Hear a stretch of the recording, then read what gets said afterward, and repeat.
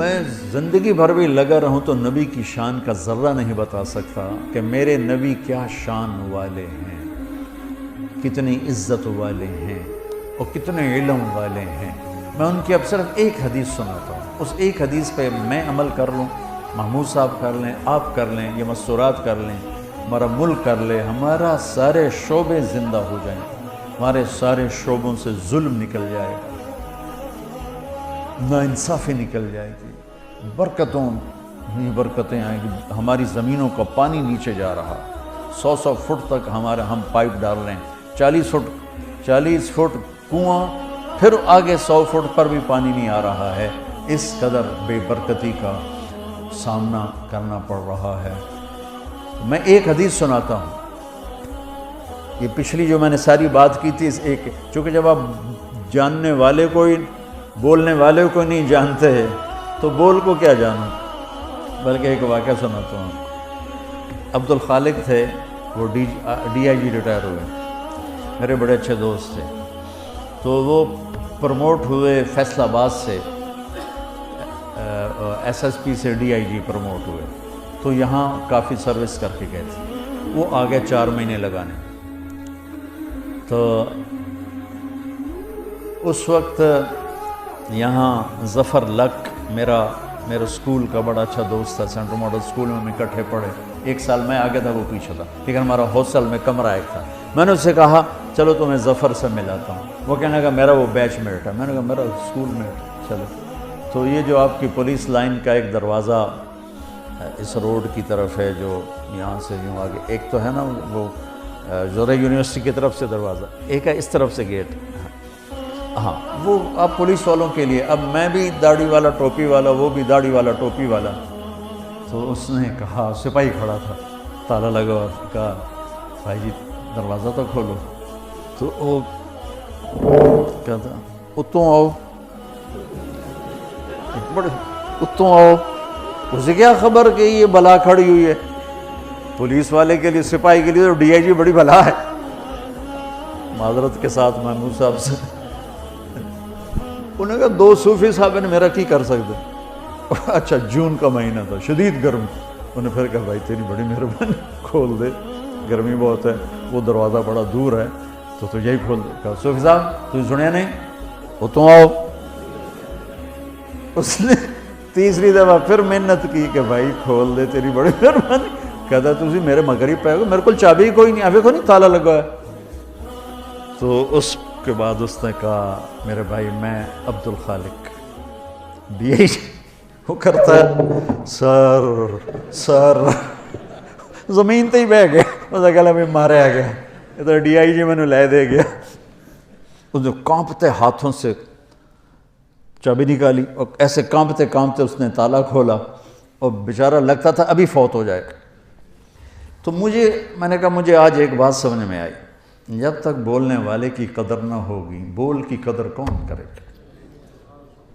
ہمارے دلوں میں اللہ کے رسول کی وہ قدر ہی نہیں رہی، ورنہ میرا دیس جھوٹ بولتا، میرا دیس ملاوٹ کرتا، جوئے کے اڈے چلاتا، زنا کے اڈے چلاتا، سیاست کے نام پہ فرعونیت کرتا، جانتے ہی نہیں ہمارے نبی کی ہے، ہمارے نبی ہیں کون۔ تو اتنی بڑی ہستی کی ایک حدیث سنا رہا ہوں، اللہ کی قسم، دنیا بھی آپ کی، آخرت بھی آپ کی، جس مرضی شعبے میں ہو۔ آپ نے کہا 4 اذا کانت فیک ما درک ما فاتک من الدنیا، 4 باتیں مجھ سے لے لو، 40 نہیں، 400 نہیں، 4 کہ 4 باتیں صرف مجھ سے لے لو اور آنکھیں بند کر کے سو جاؤ، دنیا بھی تمہاری، آخرت بھی تمہاری۔ میرے نبی کبھی بڑے بڑے وظیفے نہیں بتاتے تھے، امت کو سہولت میں رکھا، تو فرمایا 4 باتیں لے لو، دنیا بھی تمہاری، آخرت بھی۔ صدق و حدیث، ہمیشہ سچ بولنا، جھوٹ نہ بولنا۔ میرا دیس، میرا بازار، میری تجارت، میری زراعت، میری سیاست سب جھوٹ پر ہے۔ صدق و حدیث، حفظ و امانت، کسی کو دھوکہ نہ دینا، فراڈ نہ کرنا، غلط ایف آئی آر نہ کاٹنا، دھوکہ نہ دینا، بے گناہوں کو 302 میں نہ دھر لینا، کتنے بے گناہ پھانسی چڑھ گئے۔ حسن و خلیقت، اخلاق اچھے رکھنا، گالیاں نہ دینا، بدتمیزی نہ کرنا، میٹھے بول سے لوگوں کے دل خریدنا، بشاشت سے مسکرانے سے لوگوں کے دلوں پہ راج کرنا، عفت فی طعمت، رزق حلال کمانا۔ 4 باتیں، اور اس میں پورا دین میں نے نہیں ڈالا، میرے نبی نے پورا دین ڈال کے دے دیا۔ فرائض کے بعد نمازی تو چھٹی کوئی نہیں، میرے نبی کے نواسے نے سر کٹایا، نماز نہیں چھوڑی، اپنی ساری اولاد ذبح کروا دی، نماز نہیں چھوڑی۔ اس کے بعد کون یہ کہہ سکتا جی پڑھی نہیں جاندی؟ اور فرائض کے بعد میرے نبی یہ 4 باتیں بتا رہے ہیں۔ سچ بولنا، جھوٹ نہ بول۔ ہائے ہائے، میرے نبی نے کہا کہ اور کسی کو دھوکہ نہ دینا، دیانتداری سے چلنا۔ ان 2 صفتوں پر میرے نبی نے فرمایا کہ میرا امتی ہر گناہ کر سکتا ہے، 2 نہیں کرے گا، ایک جھوٹ کبھی نہیں بولے گا، ایک دھوکہ کبھی نہیں دے گا۔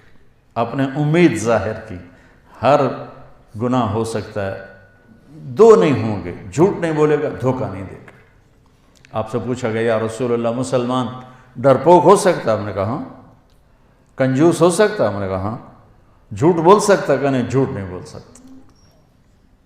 دھوکہ نہیں دے سکتا ہے، جھوٹ نہیں بول سکتا۔ میرا امتی انسان ہے، بشر ہے، مرد ہو یا عورت، کوئی بھی گناہ ہو سکتا ہے، 2 نہیں کرے گا، جھوٹ کبھی نہیں بولے گا، دھوکہ کبھی نہیں دے گا۔ تو جھوٹوں کے ماحول میں سچ بولنا جہاد ہے، اور آپ کی 24 گھنٹے کی جاب ہے، آپ فون بند نہیں کر سکتے، آپ کی وردی اتری ہو تو بھی آپ وردی میں ہوتے ہیں، اور تنخواہیں آپ کی تھوڑی تھوڑی ہیں، اور مشقت آپ کی اتنی ہے، اور اوپر سے کوئی آپ کی تعریف کرنے والا نہیں، سب آپ کو گالیاں دینے والے ہیں، برا بھلا کہنے والے ہیں۔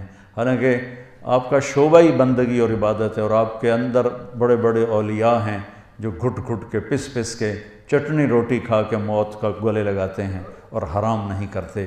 یہ جنید بغدادی کے جیسے لوگوں کے ساتھ اٹھائے جائیں، یہ شیخ عبد القادر جیلانی جیسے لوگوں کے ساتھ اٹھائے جائیں گے جو اس محکمے میں۔ پھر انتہائی مقدس ہستی حضرت عمر فاروق نے پولیس کے محکمے کی بنیاد رکھی تھی۔ نبوی دور میں، صدیقی دور میں پولیس نہیں تھی۔ حضرت عمر نے اپنی جب خلافت 22 لاکھ مربع میل میں پھیل گئی اور مختلف علاقے قومیں داخل ہوئے اور پھر وہ انتشار ہونے لگے، تو پھر آپ نے محکمہ پولیس کی بنیاد رکھی۔ بہت بابرکت ہستی نے آپ کے محکمے کی بنیاد رکھی ہے۔ میں آپ کو تمام محکموں میں سب سے زیادہ ستایا ہوا سمجھتا ہوں، جو آپ پر اتنے پریشر ہوتے ہیں، کبھی سیاستدانوں کا، کبھی افسروں کا، کبھی مقامی لوگوں کا، اور اس میں پھر آپ کو ذلیل کرنا الگ اور ٹرانسفر کروا دینا الگ، اور جھوٹے خبریں لگوانا الگ۔ تو کچھ پھر پولیس والوں سے بھی ہو جاتا ہے، کوئی فرشتے تو آپ بھی نہیں ہیں، لیکن آپ یقین مانیں جس تکلیف سے آپ گزرتے ہیں اس کے مقابلے میں تو سپاہی کی تنخواہ بھی 1 لاکھ ہونی چاہیے۔ تو میں آپ کو سلام کرتا ہوں میرے بھائیوں، اب یہ 4 باتیں اللہ سے مانگ لو۔ ایک سچ بولنا ہے، جھوٹ نہیں بولنا ہے۔ میرے نبی کا وعدہ، الصدق ینجی والکذب یہلک، سچ نجات دیتا ہے، جھوٹ ہلاک کرتا ہے۔ کبھی دھوکہ نہیں دینا ہے، دیانتداری سے قلم چلانا ہے، دیانتداری سے معاملہ کرنا ہے۔ میرے نبی نے فرمایا، اب دیکھو میرے نبی کی 2 صفتیں ہائی لائٹ ہوئیں، صادق امین، سچا اور دیانتدار۔ اگر آپ مجھ سے سوال کرو نا کہ مولانا صاحب اسلام کو 2 لفظوں میں بتاؤ، تو میرے پاس 2 لفظ ہیں، سچائی اور امانت داری۔ اور آپ مجھ سے پوچھو کفر کو 2 لفظوں میں بتاؤ، تو میرے پاس 2 لفظ ہیں، جھوٹ اور دھوکے بازی۔ اور تیسرا بھائی اپنے اخلاق اچھے کرو، آنے والوں کے ساتھ۔ آنے والے مظلوم بھی ہوتے ہیں تو ظالم ہوتے ہیں، مظلوم آتا ہے لیکن وہ ظالم بن کے جاتا ہے۔ ایک آدمی کی واردات ہوتی ہے، 5 بے گناہوں کو لکھاتا ہے۔ تو ہمارا تو مظلوم بھی ظالم ہے۔ آپ کی ڈیوٹی بہت سخت ہے، خوب اللہ روزانہ تھانہ ڈیوٹی پر جانے سے پہلے 2 نفل پڑھ کے گئے کرو کہ یا اللہ میرے ذریعے سے کسی پہ ظلم نہ ہو، زیادتی نہ ہو۔ تو دیانتداری اور سچائی یہ آپ کو 4 چاند لگا دے گی، اور اچھے اخلاق۔ آپ کا مسکرا کے ملنا بھی صدقہ ہے۔ میرے نبی نے فرمایا، ابتساموں کا فی وجہ اخیک کا صدقہ، تو اپنے مسلمان بھائی کو مسکرا کے مل، یہ بھی تیرے لیے صدقہ۔ ماں باپ زندہ ہیں تو ان کی خدمت کرنا، ان کی دعا لینا. کہ اللہ تعالیٰ کی بارگاہ میں کسی نے بڑی جنت بنانی ہو تو اپنے ماں باپ کی دعا لے. میرے نبی نے فرمایا جب لوگ جنت میں جا رہے ہوں گے تو اویس کرنی بھی جا رہا ہوگا. اویس کرنی نام سنو ہے؟ ماں کی خدمت سے بڑے مشہور ہیں. میں ان کے گاؤں بھی گیا، ان کی قوم سے بھی ملا یمن میں جب جنگ نہیں تھی.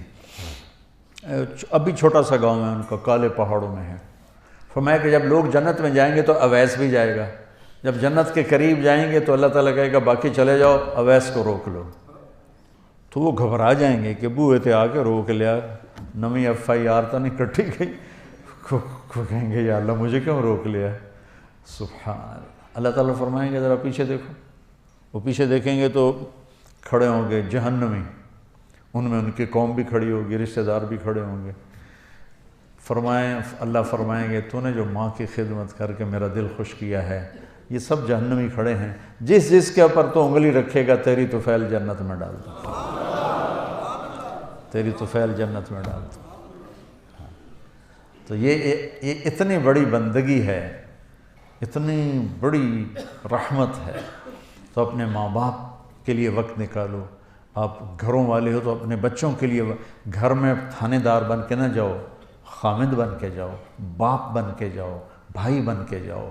ساری تھانے داری باہر رکھ کے آؤ اور اپنے بچوں کو ٹائم دو، پیار دو، محبت دو. بیوی کو تنخواہیں تھوڑی ہیں، مشکلات زیادہ ہیں، تو میں ایک آپ کو وظیفہ بتاتا ہوں اللہ کی بارگاہ سے رزق کے حلال دروازے کھلوانے کا. چونکہ رزق حلال، چوتھی چیز کیا ہے؟ رزق حلال.